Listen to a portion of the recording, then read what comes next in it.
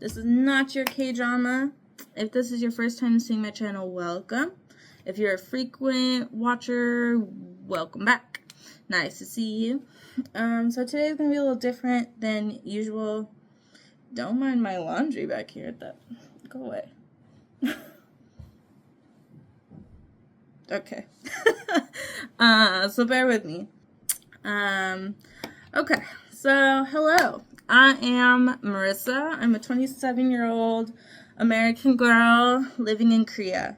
I've been here now for a year. I started this channel about 4 months ago when living abroad was really getting to me. It was hard. I was homesick. I had some medical stuff. I was struggling emotionally, financially, medically. You try going to a doctor to explain a frequent issue you're having in broken Korean and see how you feel afterwards. I'll tell you, it wasn't fun. So it really threw me over the edge.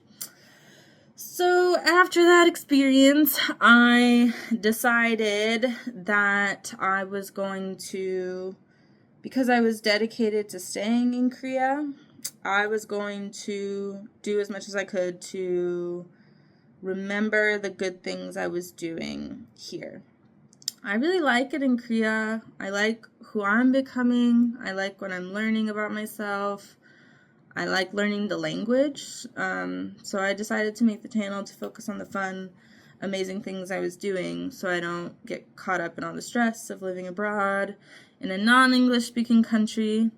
You don't realize how hard that will be, like actually in reality, until you get sick for the first time, or your car breaks down on the side of the road and you don't know who to call, or until you suddenly have no money in your bank account and you're thousands of miles away from your support systems, from your comforts, from the things you're used to. You can't just drive down 5 minutes to Walmart to do whatever. You can't just do all these things that I'm used to doing as a person from the Midwest. So hence the channel. So for those of you that don't know, I'm currently working and living here in South Korea, but I'm not doing all those things you see online. I'm not in entertainment. I'm not a teacher. I'm not in the beauty industry or marketing or anything like that. I'm a social worker. I'm currently working with the U.S. Army. Sorry, there's a gnat in here. It's bothering me. Anyway, so I work with the Army. If you had asked me 3 years ago, 5 years ago, even maybe a year and a half ago, if I was going to work with the Army, like with the military, I would have told you no. But honestly, this experience has been really surprising to me. I'm learning a lot. You can feel how you feel about the military. I know I have my own opinions, but ultimately they are people that need help, they need support, and I'm happy to be the part of that helps them. So the purpose of this video, I asked my friends and family on my social media. My Instagram is rissadventures. Feel free to go give me a follow for all things travel related. Food, I post lots of food. Food is my everything for travel. So if you're interested in that, go follow my Instagram. Subscribe to my channel. I update every week, so feel free to see what I'm doing every week and ask questions, interact, do whatever. I'd love to see what you guys want to see, so let me know. But anyways, I asked them to throw some questions at me, anything that they were curious about my time being here, so I'm going to answer those in this video. So first, the story of hello! So when I first moved here, the apartment complex that I was staying in, there was this little kind of school-aged girl She's probably 10 to 12. I was walking to the subway out of my apartment complex, and she was walking herself home. She saw me, stopped moving. She stopped in her tracks, completely no movement. And she goes, "Oh, hello." And she just she stared at me. She waved. And I was like, "Oh, hi." And then I kept walking. I think she was just surprised to see a foreigner there at all. But honestly, it was so cute. It's like the first experience I've had of being here. And honestly, it just made my day. I'm going to read them. So first one. Simple. Are you happy? I would say I'm mostly happy here. Korea is so convenient. Can walk right outside my apartment. There's a grocery store, restaurants, clubs. I avoid those, but they're there. There's a river not too far away that has a running path. That's nice for working out or going running. All that being said, it can be hard. I have random days where I'm upset for no reason. I notice I'm a little less tolerant of problems or issues. For example, I have a car here. I have to be able to drive for my job because I'm on call for crisis issues. So I have to be able to drive. So I was struggling to get it registered in my name because you have to do it at City Hall in my area. And of course, it's a government building, so they all speak it's just Korean speaking people. So after my third time trying to do it, I just completely lost it. I'm calling people up, just I can't do this and I don't know what to do. I was just losing it. I was ready to pack up all my stuff and go back home.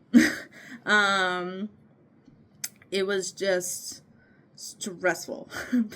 But after I calmed down, and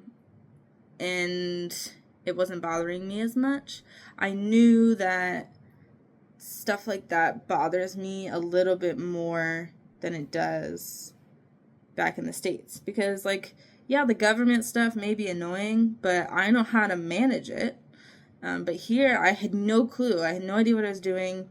I don't know how to speak government level Korean, so it was just hard. Okay. Am I coming back to the States? The answer is yes. Hopefully in the next month I will be coming back to visit for a few weeks. But that's kind of TBD because there's some stuff that hasn't been finalized yet that I can't talk about yet. But hopefully I'll know soon and I'll be able to confirm when I get to go home. Okay, let's see. What's next? Is my work satisfying? That's a good question. I would say yes. But as a social worker, generally I think we're all going to say yes. Sometimes our clients get the best of us and you just want to run away from it all. You can have a hard time. But my experience here has been good. The soldiers are great to work with. I'm learning a new system, the government system, the military system, even within the military system, the army system, and then the army system overseas. There's a lot to learn here, and I'm glad that I'm able to be a part of it. I really like experiencing different things. I like learning opportunities. I just really enjoy it. But I am currently working as in domestic violence prevention. I am a victim advocate, so I'm here to support victims when they're dealing with domestic violence. Some of the stuff you talk about can be kind of heavy and uncomfortable for some people, but you make an impact on people. You help people be safer. You make connections with people. And I get to be creative about it. I get to do outreach. We get to do anything that the soldier wants to do that helps them. anyways, how long did it take you to adjust? So I feel like this is kind of a hard question to ask because to answer, because I still feel like I'm adjusting. There's always something else to adjust to. I'm always learning something different that I didn't know when I first got here. So I'm still adjusting. But if you're talking about like the initial time when I first got here, I would say it took me about 4 to 5 months because I had to adjust to like a new way of living, a new house. I was being surrounded in a language I'm not fluent in. I was studying the language all the time, learning a new job, learning new people, being away from my people. Like, it took a while. But, like, as far as, like, sleep and stuff like that, I would say it took me about a week and a half to not want to fall asleep at, like, 3 p.m. and not want to wake up at, like, 4 a.m. For some reason, when you hit at 3 p.m., it's like 1 a.m. back home for me. So it's like my body being like, all right, knock out. Like, it's time. Why are you still up? So it literally would like force me to fall asleep. So I would have to be out doing stuff in order not to fall asleep. And then you still fall asleep early. Like, you're probably going to bed at like 8 o'clock. And that's like a stretch. But then you wake up at like 4 a.m. because your body just thinks you took a really long nap. It's like, okay, time to wake up. It's 2 p.m. Go do something with your life. And it's like, no, I need to sleep. So that took me a while. But luckily I wasn't fully onboarding and working yet when I first got here. So I had some time to kind of figure my life out. Okay, favorite food since I've been here. So I've learned that I go through like obsessive phases.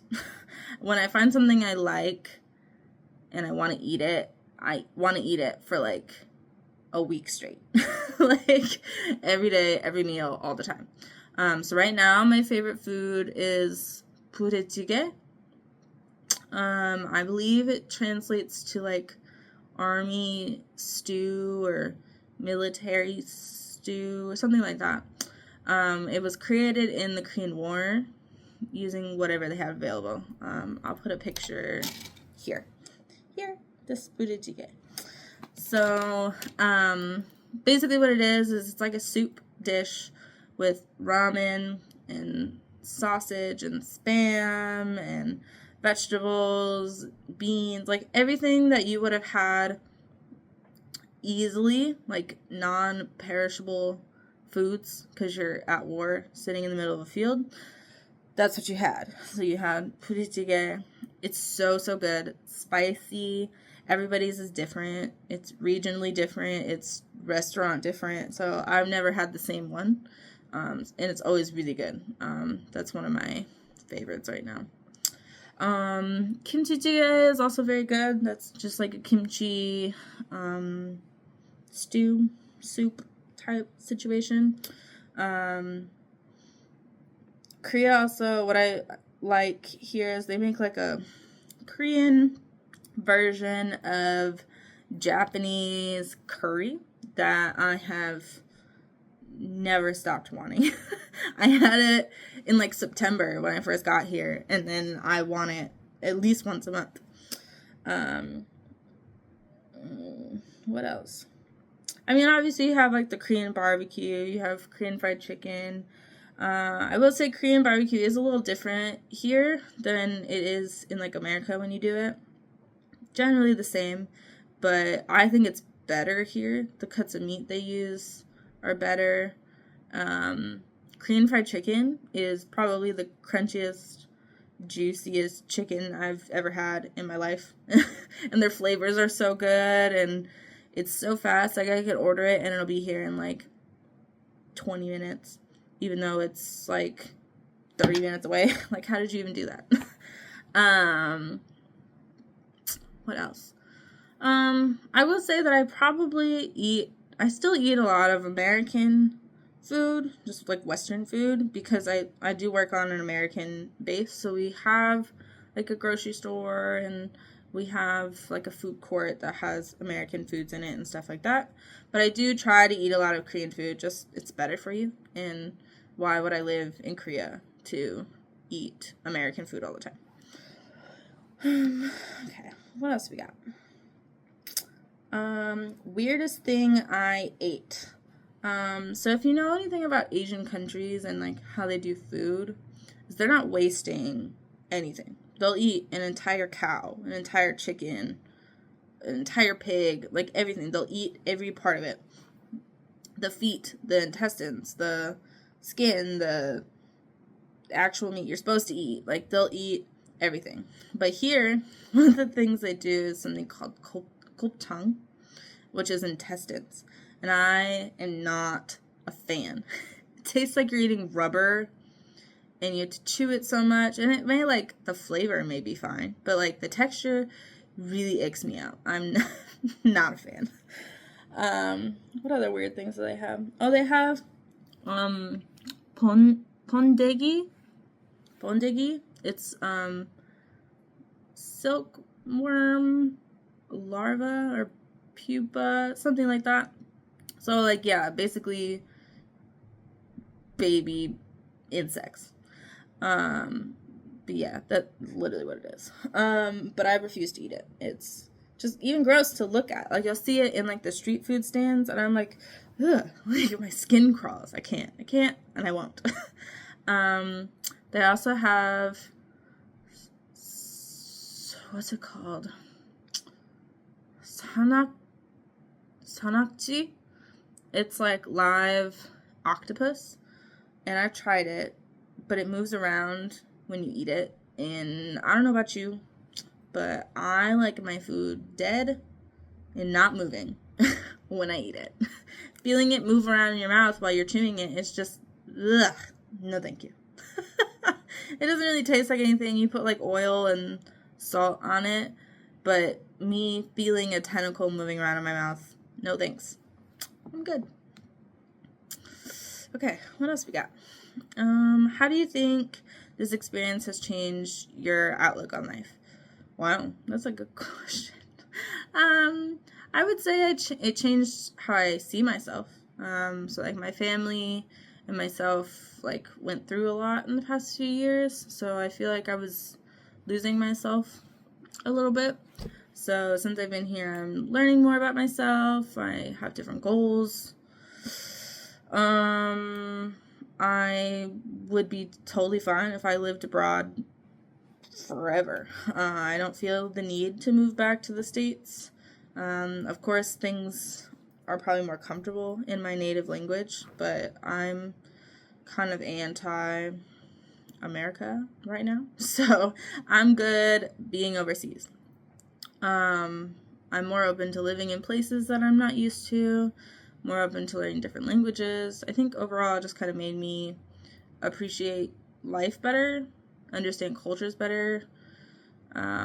It helped me learn things I absolutely do not want to do. Like, if things happen to me here, I'm like, nope, if I have to do that ever again, I will quit. Like, I'm not doing that. So it has had me learn things that I really like. It's had me learn things that I really hate. So yeah, I mean, it's all just a learning experience. I think I said that before, but I think right now I'm just in this learning phase, and I'm gonna keep going. Okay. Favorite tradition that you would adopt if you left Korea? So I think I like how spiritual Korea is. Like, America isn't very spiritual. It's just like you're religious. It's either like you're religious or you're not religious. But they are really spiritual.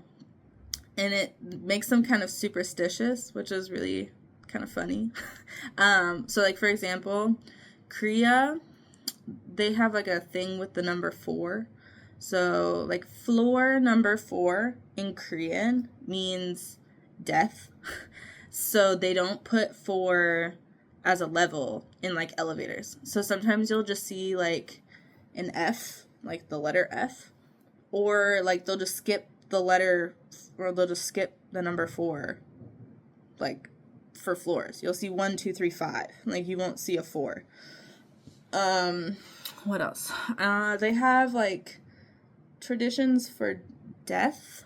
So, like, they have Tessa, which is, like, a ritual to memorialize their ancestors. They usually do it at, like, Solar, which is, like, the Lunar New Year, or Chuseok, which is, like, their Thanksgiving kind of thing.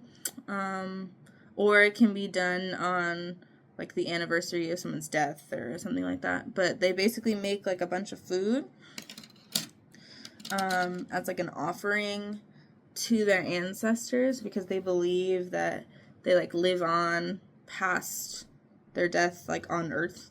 So I think that's actually really comforting. I think it's cool that they do that. It's a whole thing. People dress up. Like, it's nice. You do this bowing ritual. Like, it's just really kind of cool to see. Lastly, like, the Korean language is kind of built for respect, kind of. Like, there's different levels of the language. You have a way you speak to your younger sibling. You have a way you speak to your parents, your friends, your boss, your grandparents. Like, each one of those has a different way of speaking. Like, the endings are different. So I think that's really cool. I think the Koreans tend to get kind of annoyed by it. And it's also kind of going down more. Like, people aren't using the super formal ways of speaking as much anymore. But I kind of like it because communication isn't ambiguous anymore. When you have that, it's like, no, this is how you talk to this person. This is how it is. There's no, like, well, maybe it is, maybe it isn't. Or, like, you have that weird thing in America where you'll kind of guess how you want them to speak, or, like, how they want you to speak to them. And then you just kind of roll with it, or they correct you, and that's just uncomfortable. So having a specific way of speaking for the level of the person that you're talking to, I think is just easy communication-wise. So I like that. Let's see, what else do we have? What do you miss from the U.S. that you can't get here? Well, like, because of working on base, I will say I get a lot of stuff, but there's some things that they don't have there. I work on a really, really small base in kind of the middle of nowhere. So they don't have access to all the stuff that, like, huge bases do. So one of the things I do miss is I really miss deli meat. That might be really weird, but, like, Korea doesn't do sandwiches. So I think this whole year I've had, like, 2 sandwiches.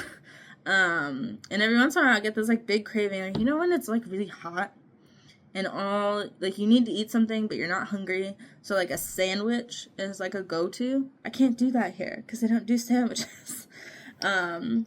So, like, my base grocery store, it's not like a huge American grocery store. It's like if you want to go shopping in, like, a CVS or, like, a Walgreens. So, like, they have all the stuff, but it's, like, small variety of the stuff. One thing I do miss is, like, salty foods. Korean food and snacks are all sweet. All sweet. All, like, even their just, like, dishes, like, their normal, like, main dish foods, there's sugar in them.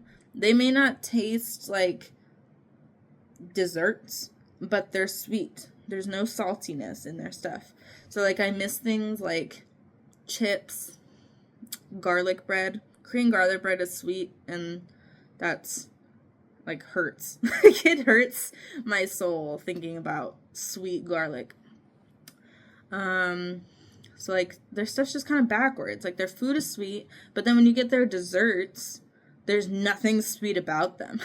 You can go get, like, a cake from a bakery, and there would be no sugar in it. You're like, why are you eating brownies and cookies and cakes with no sugar, but you're eating, like, soup and meat with sugar? It doesn't make any sense. They're really anti-salt. They think it makes them bloated, which may be true, but sugar's gonna give you diabetes, so I don't know which one's better. Okay.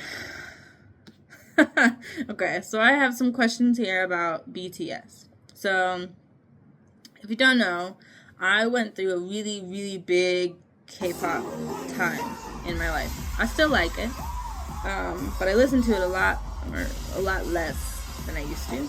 But I used to be so into it. It was like to the point where I was sitting my family down on the couch in front of the TV to watch music videos with me. So when I came here, I was like, oh my god, I'm gonna go to all these concerts. I'm gonna see every group that I want to, and it's gonna be great. But the reality is, it's really hard to get tickets for two reasons. One, the ticketing system is really hard to use if you're not familiar with it, or if you're not super fluent in Korean. I've looked at it and I've been able to navigate through it, but the way it works is just complicated. It's not very user-friendly. And then two, when they have concerts or like tours that start in Korea, they go to one place. They go to like Seoul Sky Dome, I think, which is like an hour and a half away from me. But like Korea, from top to bottom, is probably like a 5.5 hour thing. Same with east to west. But everybody in the country that wants to see this concert is going to the same place. They don't have multiple places in Korea that they do stuff at. It's just that one place. They do have like festivals, and they'll do random, just like outdoor concerts in random places that aren't in main areas all the time. But for the most part, everything is at one place, and any person that wants to go to that concert is going to have to go to the same place. So the tickets are really hard to get. So that being said, BTS is coming back in 2016. Where am I? 2026. And they're probably going to tour again at some point. But honestly, I probably would be more likely to get tickets flying home to the States to see them than trying to get it in Korea. That being said, I'm going to try, but you never know. What else happened? Oh, like 17. I don't know if you know that group, but there's a group named 17. And they had like a free concert in June, I think, on the Han River. It's literally like an hour and 15 minutes away from my place. And I didn't hear about it until the day after. I was so angry. It was free. A free concert for just anybody. There was no tickets. There was no entry. Nothing. You just walked up. Concert. And I missed it. I was so upset. Okay. Anyways. Next question. What do Koreans think about the American president? So this is interesting. Korea in general is a conservative country. There are some people who feel like he's dangerous or scary or stupid. But there's also people that walk around here with Make America Great Again hats. So, like, you never really know. I was really thrown off when I saw that because I was like, first off, ew. Second off, like, I didn't think people really paid attention to the politics of another country. So that's been really interesting for me to witness. But it makes you realize how powerful the pull of America is to people. Like, they'll they'll broadcast American political news on Korean TV. I'm like, no, I avoid it most of the time because I'm tired of hearing it. And I'm just kind of, like I said, anti-America right now. So I don't really get it. I argue about it most of the time because I don't think people should be living their lives based on the politics of another country. Like, stop doing that. But yeah, long story short, it's kind of the same as America. Some people really love him and think they're gonna do a lot for money and trade and immigration, and then there's some people that are like, nah, he's ridiculous. Get that out of my TV. So yeah, same as America, just in a different language. Okay, next question. What are some common questions you are asked about with being American? So I get all kinds of questions. I get like, how old are people when they do like life events? Like, how old are they when they get married? How old are they when they move out? How are they when they finish school? How old are they? Blah, blah, blah. I get that a lot. Or are people as violent as you see on TV? And of course, I have to answer yes, but there's always like a but. So it's like, yeah, but the stuff you see on TV is not the majority of what's happening. Those are like a smaller percentage of people that are doing it than aren't doing it. What else? I get a lot of race questions. So like, I change my hair a lot. I'll do braids, I'll do curls, I'll straighten my hair, I'll get blonde or red or whatever. So I change my hair a lot, and I have to explain often how it's even possible to have that. So I have to explain it. Sometimes I have to literally show them for them to get it. I'll have random like old men staring at me because I'm a giant black woman in Korea, so they're like, huh. And I never feel like uncomfortable or like judged by it, but they will like stare you down. You could stare right back and they'll keep staring. They do not care. I haven't had any of the bad racial issues that like some people have said they had. I don't feel judged. I'm not having any of like the bad like racism experiences here, or like being treated differently based on how you look or like the color of your skin or the language you speak. It may be different because I am an American person of color. I know like the other countries may struggle with it a little bit differently. People ask me if I'm from Africa all the time, and then I'm like, no, I'm from America. Because like Koreans from Korea, they don't understand the concept of like, oh, black people aren't just in Africa. Like, they're everywhere. What else? I may be a little different because like I work with Americans every day. I only interact with Koreans like in the evening and on the weekends, so it's a little different. But I would say I have some pretty cool experiences, some weird experiences with being American in Korea, but overall, just kind of interesting. Let's see. How fluent am I in the language? Let's see. What would I say? 저는 지금 한국어를 공부하고 있어요. 몇 년 동안 공부해왔어요. 아직도 정말 어렵지만 한국에 살면서 점점 더 많이 배우고 있어요. So I'm kind of learning as a child does.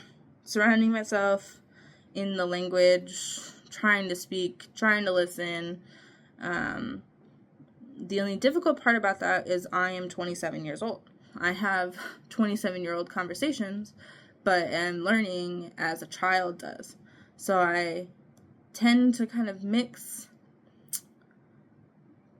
parts of the language in a bit. Like, some things I'll say as like a kid, and then some things it'll be like an adult. So like something I just said, like 공부하고 있어요. That's like formal, like adult language. Whereas like sometimes I'll be like 공부했어. Like something you would say to your friends. And then I'm like, oh, 공부했어요. Like, so sometimes things happen like that. And most of the time people think it's funny because, like, foreigner, or they'll think it's cute. And they're like, oh, you're trying. So I try. I'm learning a lot. I would say since I've been in Korea, my Korean has exploded. Like, I think after just, like, the first month of being here, it just shot up immediately with, like, no notice. It just one day I woke up and it was like, oh, I have sentences. That being said, sentences are new for me. I was missing a lot of the grammar stuff. I had the vocab, but the sentence structure was a little difficult. So I've been learning that a lot more recently. I plan to be fluent at some point, but we'll see. Okay. Do I think of my old workmates? Of course. I think about my previous job and the people I worked with all the time. I use them as examples for everything.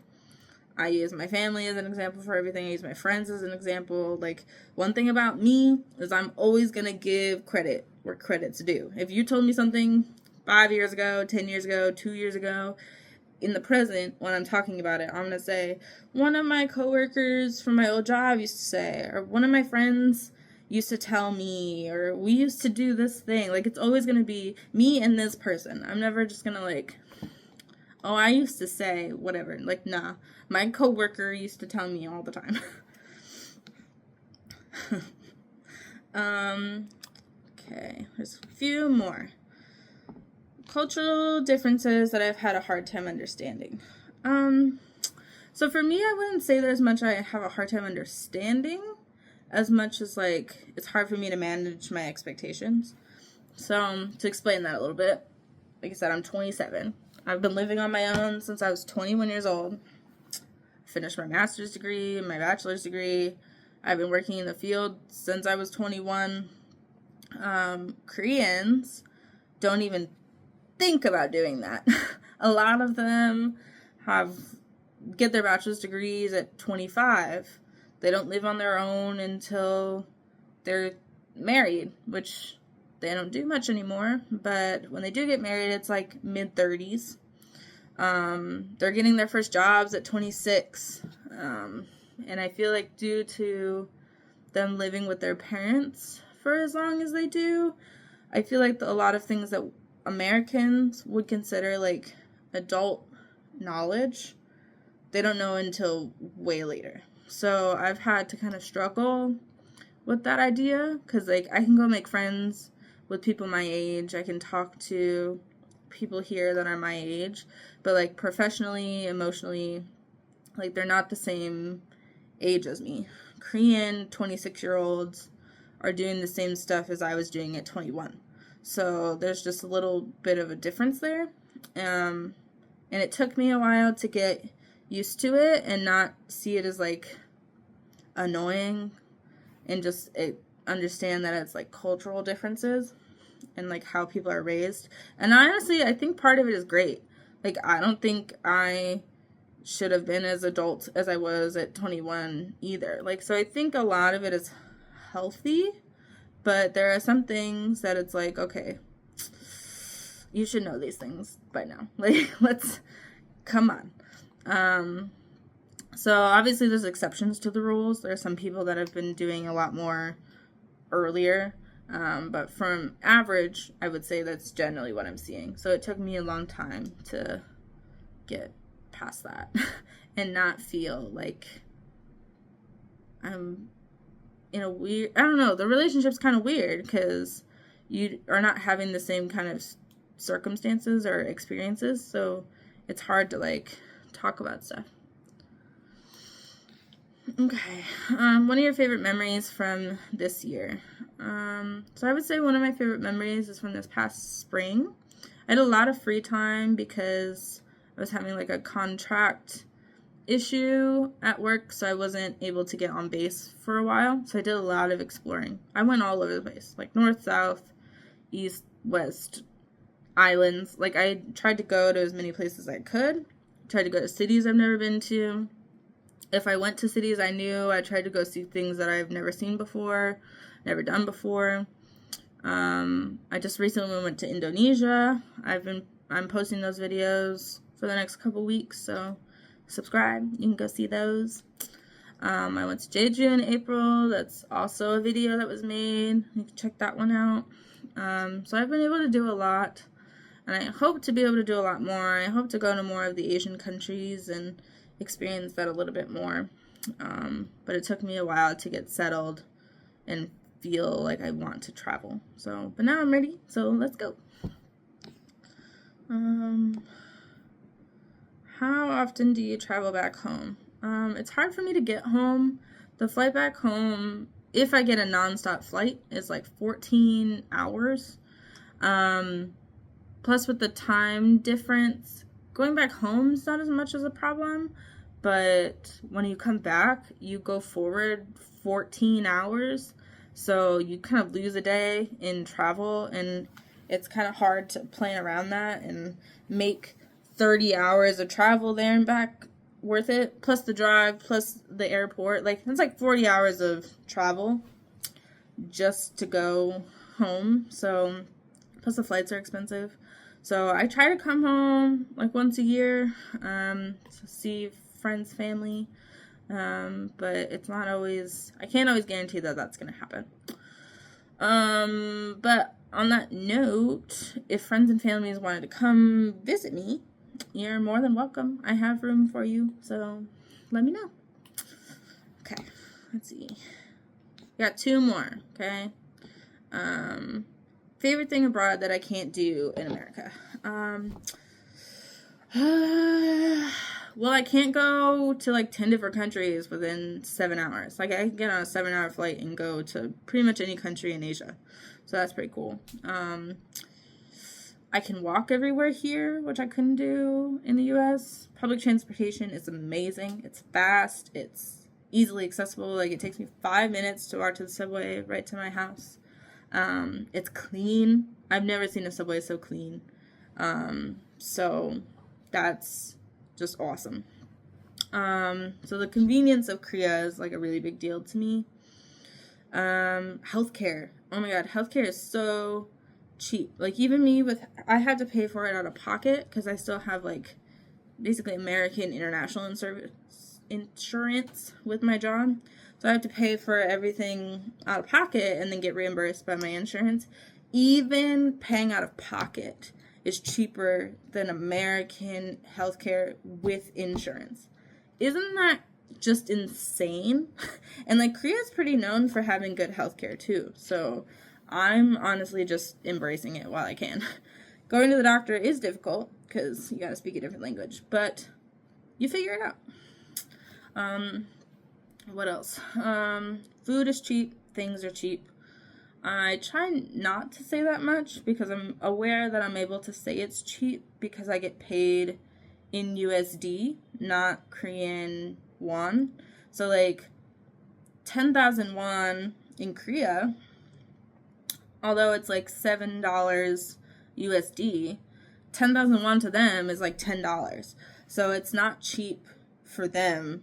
It's just cheap for me because I'm making dollars, so the money is weighted more. So I try to be aware and be mindful of that everything is cheap kind of thing. Because when you're traveling, yeah, sure. But like, I live here, so like that feels a little like rude to be like, oh, your stuff's so cheap to me. Like, I can't do that. I don't mean it that way, but sometimes I feel like it comes off that way. So I try to be mindful. Okay, last question. Can I call South Korea home yet? I think yes. I didn't really fully grasp that until I went to Indonesia recently, because I went for like 9 days. At like day 5, I was just ready to go. Like, I was ready to leave. And what I said was, I want to go home. And what I meant was, I want to come back to my apartment in Korea and lay on my couch and watch TV. Like, I wasn't talking about the States. I was talking about Korea. So like, of course I still call like the States home. I've said it probably 50 times in this video. But Korea is my home base right now. So like when I say I'm going to go back home, I'm talking about the States when I'm talking about going there. But I think daily, on a general basis, when I say home and what home means, it's definitely Korea. Like, this is my home now. I live here. All my stuff is here. So this is home to me now. Oh, that's kind of cool. Anyways, those are really great questions. I'm really happy I got to do this. It's about time. Just kind of explain what it's like over here, what this channel is all about. I really appreciate you guys watching my videos, being curious about my life, my travels. Just one more time, if you want to stay up to date, please like, subscribe, follow my Instagram. All that stuff's going to be on there so you can keep updated with where I'm going, what I'm doing, the experiences I'm having. I post every week with something that I've done or will be doing. So subscribe to see my life abroad. Alright, till next time.